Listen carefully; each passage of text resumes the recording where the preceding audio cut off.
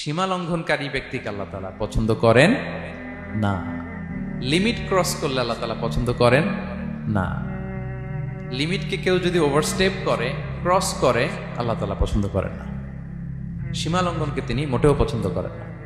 এবং মজার ব্যাপার হচ্ছে, আল্লাহ কেউ কোনো অন্যায় করলেই সাথে সাথে পাকড়াও করেন না। কেউ ভুল করলেই আযাব দেন না। কেউ নাফরমানি করলেই আযাব পাঠান না। আল্লাহ অনেক সময় দেন, অনেক সময় দেন। শুধরে যাবার অনেক টাইম সে পায়, তারপরও যখন সে লিমিট ক্রস করে তখন আল্লাহ ধরেন। আল্লাহ সব সময় ধরে না, ধরলে ছাড়ে না।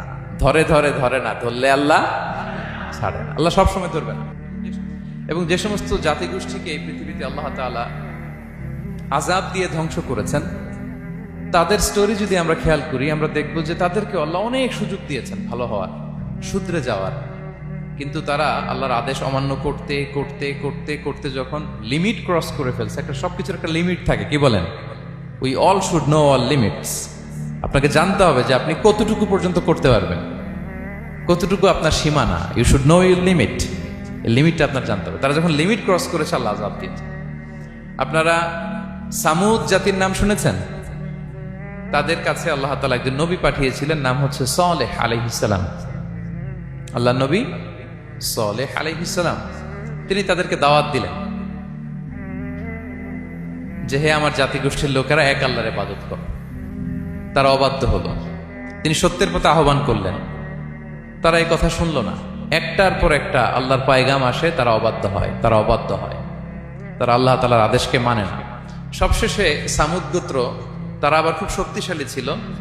তারা পাহাড় কেটে আর্কিটেকচার করে, ডিজাইন করে কিভাবে আবাসন তৈরি করতে হয় পাহাড়ি এলাকায়, মাউন্টেইন এলাকায় কিভাবে আবাসন তৈরি করতে হয়, এটার ব্যাপারে এক্সপার্ট ছিল। তো তারা সালেহ আলাইহিস সালামকে বলল, সালেহ, তুমি পাগল, তুমি জাদুকর, তুমি যে আল্লাহর কথা বলছো আমরা মানবো এক শর্তে। যদি এই পাহাড়ের ভেতর থেকে 10 মাস গর্ভধারিণী একটা উট যদি বের করে আনতে পারো, এমন একটা শি ক্যামেল উট যদি বের করে আনতে পারো, যেই উটের পেটের ভেতরে একটা বাচ্চা থাকবে এবং উটটা পাহাড় থেকে বের হয়েই বাচ্চা ভূমিষ্ঠ করবে, এরপরে উটের দুধ যেন আমরা খেতে পারি, তুমি যদি এটা দেখাইতে পারো তাইলে বুঝবো তুমি সত্য নবী। দোয়া করলেন, আল্লাহ, আমার এই জাতি সামুদ, তারা তো চেয়েছে যে পাথর ভেতর থেকে যদি একটা উট বেরোয়, উট যদি বাচ্চা দেয় আর দুধ দেয়, তাহলে তারা তোমাকে মেনে নেবে। আল্লাহ, তুমি মেহেরবানি করে এই মিরাকেল, এই মুআজিজা তুমি তাদের দেখিয়ে দাও। আল্লাহ তাআলা দোয়া কবুল করলেন। হাজার হাজার মানুষের সামনে চাক্ষুষ দিবালোকের মুহূর্তে পাথর ভেঙে একটা উট বেরিয়ে এলো বিশাল আকৃতির, এবং 10 মাস গর্ভধারিণী উট, সাথে সাথে এই উট বেরিয়ে বাচ্চা প্রসব করবে,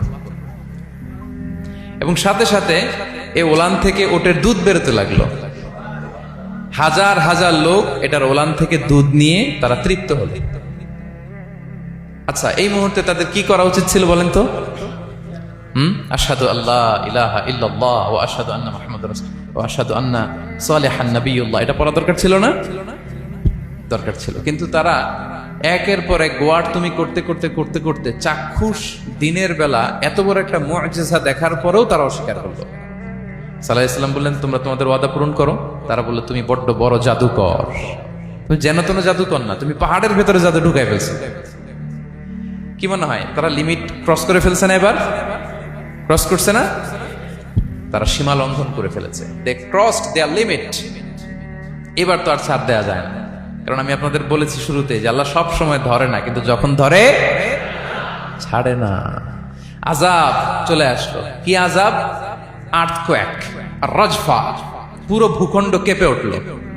কেঁপে ওঠার সাথে সাথে সব মাটিতে পড়ে গেল। 2 নাম্বার আসলো সাউন্ড ওয়েভ, শব্দ নিনা, প্রচন্ড শব্দ তরঙ্গ। জিবরাইল আলাইহিস সালাম ওই এলাকার উপরে এসে এমন জোরে চিৎকার মারলেন, ওই চিৎকারে সামুদ গোত্রের প্রতিটি লোক কানের পর্দা ফেটে মুহূর্তের মধ্যে লাশ হয়ে জমিনে পড়ে রইল। Because they cross their limit. তারা তাদের লিমিট ক্রস করেছে।